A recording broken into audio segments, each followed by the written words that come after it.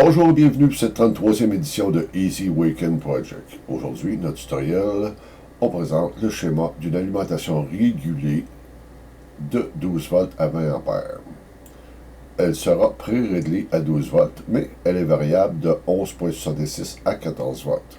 Elle est basée sur le circuit intégré régulateur, le LM723CN.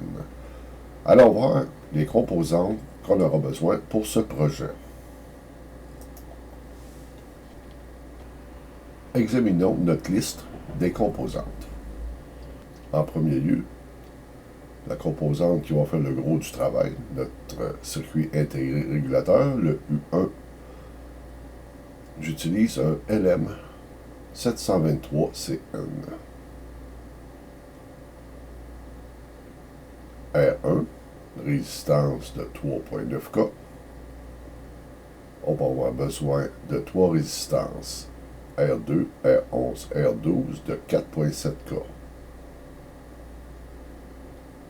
R3 à R10 sont 8 résistances de puissance de 5 watts de 0,1 ohm. Pour le pré-réglage de notre tension de sortie, on va utiliser une résistance variable de précision, VR1, de 1K. Un condensateur C1, 10 picofarad, C2, 100 nanofarad, C3, 1 nanofarad. Deux condensateurs de lissage de 22 000 microfarad à 80 volts, une diode EN4004, un pont redresseur, le MDA 3508, qui correspond à un rectificateur de 35 ampères. On peut utiliser plus, bien entendu. On va avoir besoin d'un transistor NPN, le BD135, 4 transistors de puissance NPN, les deux N3055, un LED rouge, un LED vert, une fusible de 25 ampères en cas de dépassement, un transfo d'alimentation de 15 à 24 volts AC à 25 ampères et un bornier assez résistant pour supporter cet ampérage.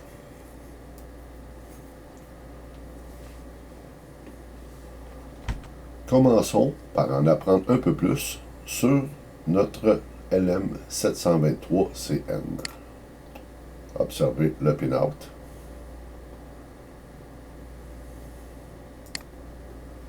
Le LM723 est un régulateur de tension conçu principalement pour les applications de régulateurs en série. À lui seul, il fournira un courant de sortie jusqu'à 150 mA. Mais des transistors en passe externe peuvent être ajoutés pour fournir le courant de charge souhaité. Le circuit présente une consommation de courant de veille extrêmement faible et conçu pour une limitation de courant linéaire ou de repli. Le LM723 est également utile dans un large éventail d'autres applications telles qu'un régulateur shunt, un régulateur de courant ou un régulateur de température.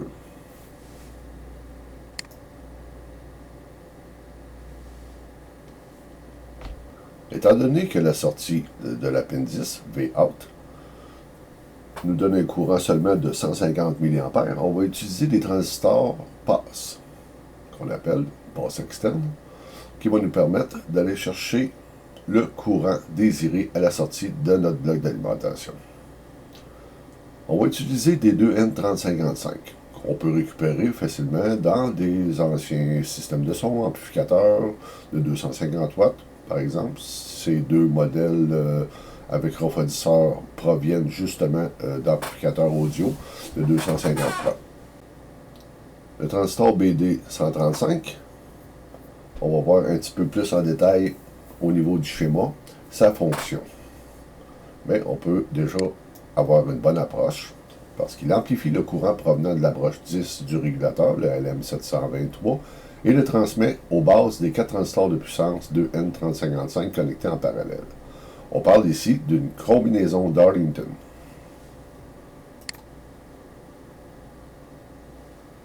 Observez les pin-out.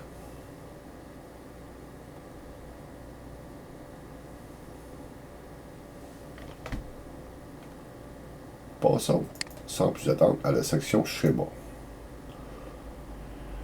Voici le schéma de notre alimentation.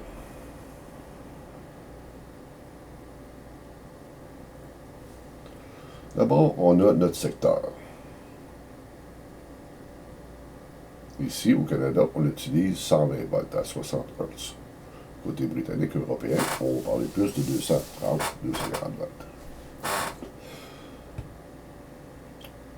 On a tout d'abord une fusible de 15 ampères à couplante, slow blow, protection en cas de surcharge. Notre transformateur. Pour l'Amérique du Nord, T1 a une tension nominale primaire de 120 volts, 240 pour les alimentations domestiques britanniques, européennes. La tension secondaire est de 18 à 24 volts. Au fond, on peut utiliser 15 à 24 volts. Ici, j'utilise 24 volts RMS à 25 ampères.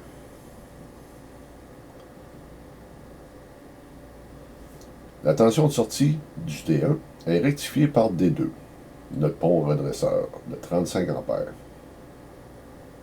La tension de sortie rectifiée par D2 est lissée par C4 et C5. Ainsi, la tension continue non régulée sera de 32,5 volts, sans charge. Avec une charge de 250 watts, ça va chuter autour de 30,5 volts. Une alimentation de 24 volts AC, une fois rectifiée et lissée, on calcule 24 volts multiplié par 1,44 et on soustrait 2 volts à cause de la chute de tension provenant du pont redresseur.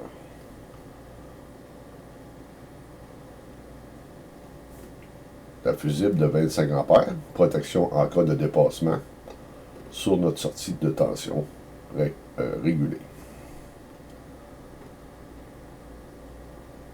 Le gros du travail se fait avec le LM723CN. Je l'utilise comme régulateur. Il assure une très bonne régulation.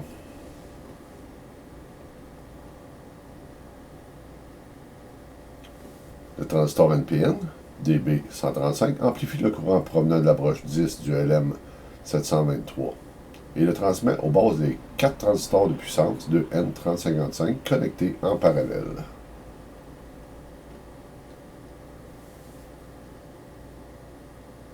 Les 4 transistors NPN de puissance de N3055 connectés en parallèle agissent comme transistors passe externe pour une limitation de courant supérieure à 25 ampères.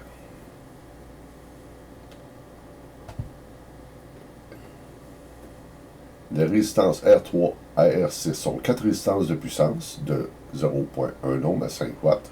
Elles facilitent le partage du courant entre les transistors passe.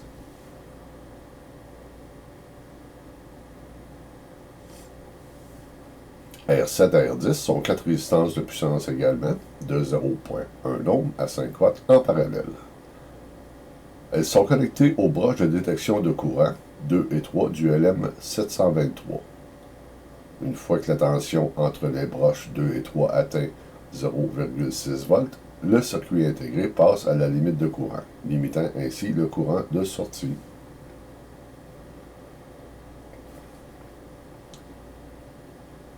Notre résistance variable VR1, une résistance variable de précision de 1 kΩ, assure le pré-réglage de la tension de sortie. Elle est variable de 11,6 volts à 14 volts. Réglée à 16,5%, on va obtenir 12,01 volts. Tandis que R1 et R2 limitent les tensions supérieures et inférieures.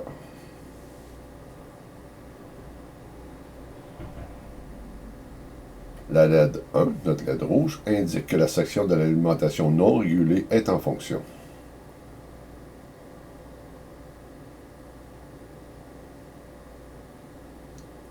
La LED 2 indique que la section régulée de l'alimentation est en fonction.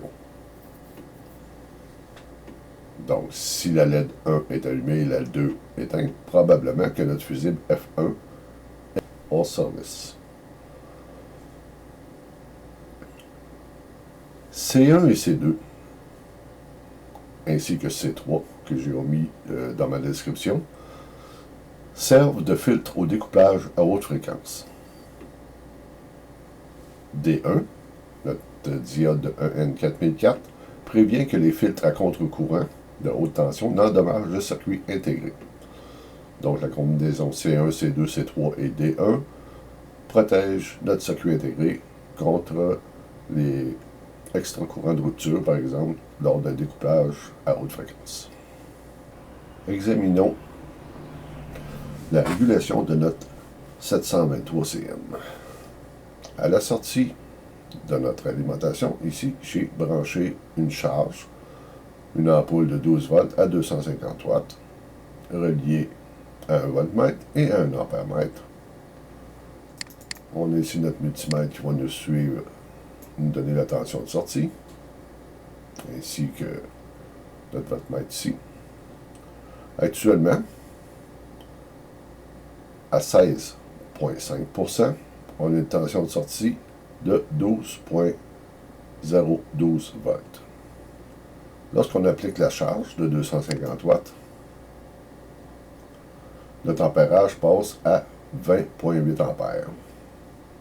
Notre tension chute de 5 millivolts, ce qui nous indique qu'on a une très bonne régulation.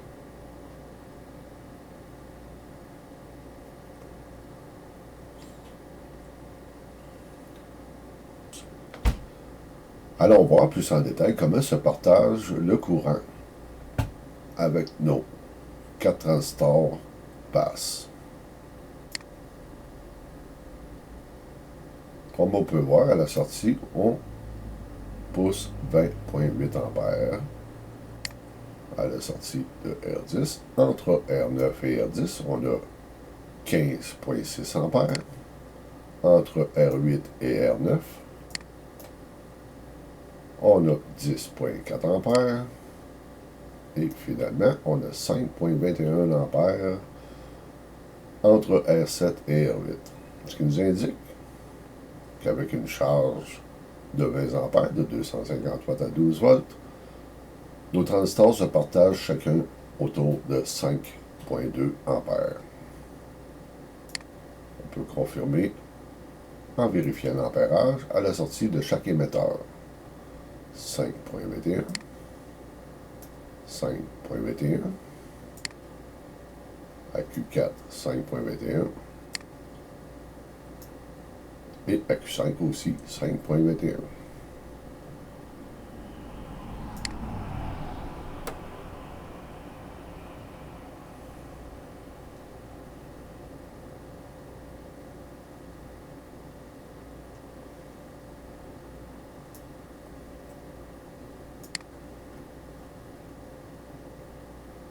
La puissance dissipée par chacun des transistors passe est de 89,7, disons 90 watts, avec une charge de 20 ampères à 12 volts.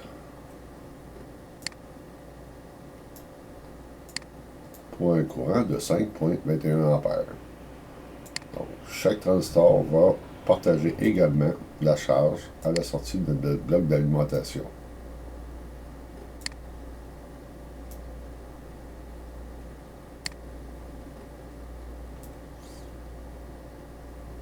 Si par exemple, on va augmenter notre pré-réglage de VR1 et qu'on le met au maximum, on va obtenir une tension de sortie de 14 volts avec la même charge de 24,315 ampères.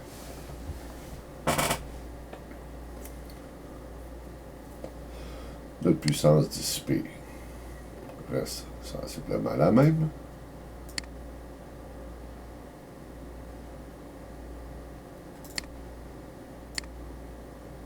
Notre ampérage passe de 5 à 6 ampères chacun. Les transistors sont capables de supporter jusqu'à 15 ampères. Donc, aucun problème à ce niveau. Ça prend quand même un bon refroidisseur au niveau de nos deux N3055. Revenons à notre tension de 12 volts.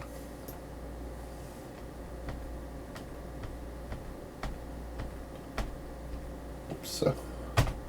Et voilà.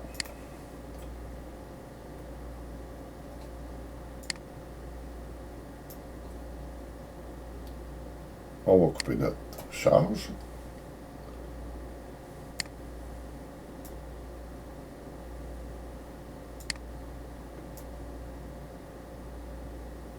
Comme on peut voir, sans charge, on est à l'ordre des milliwatts.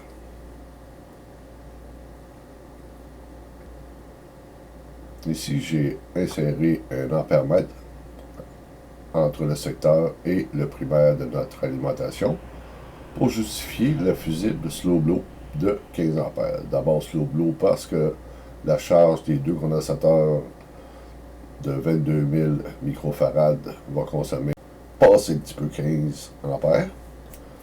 Et lorsqu'on est en charge de 250 watts, notre ampérage sur un secteur de 120 volts va être de 11 ampères. Bien entendu, si on est sur un secteur de 240 volts, on peut diviser en deux cet ampérage, c'est-à-dire qu'une 7,5 ampères va répondre très bien à la protection de notre transformateur. Pour les personnes désireuses d'imprimer ce schéma, vous pouvez faire un print screen. Et pour les amateurs, schéma 2D, voici ce que j'ai présenté.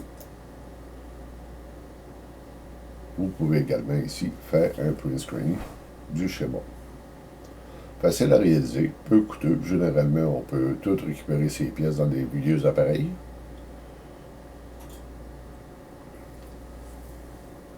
Avant de terminer, j'aimerais préciser ici qu'on a une alimentation, bien entendu, de 12 volts à 20 ampères. 20 ampères parce qu'on a mis 4 transistors passes de 5 ampères chacun.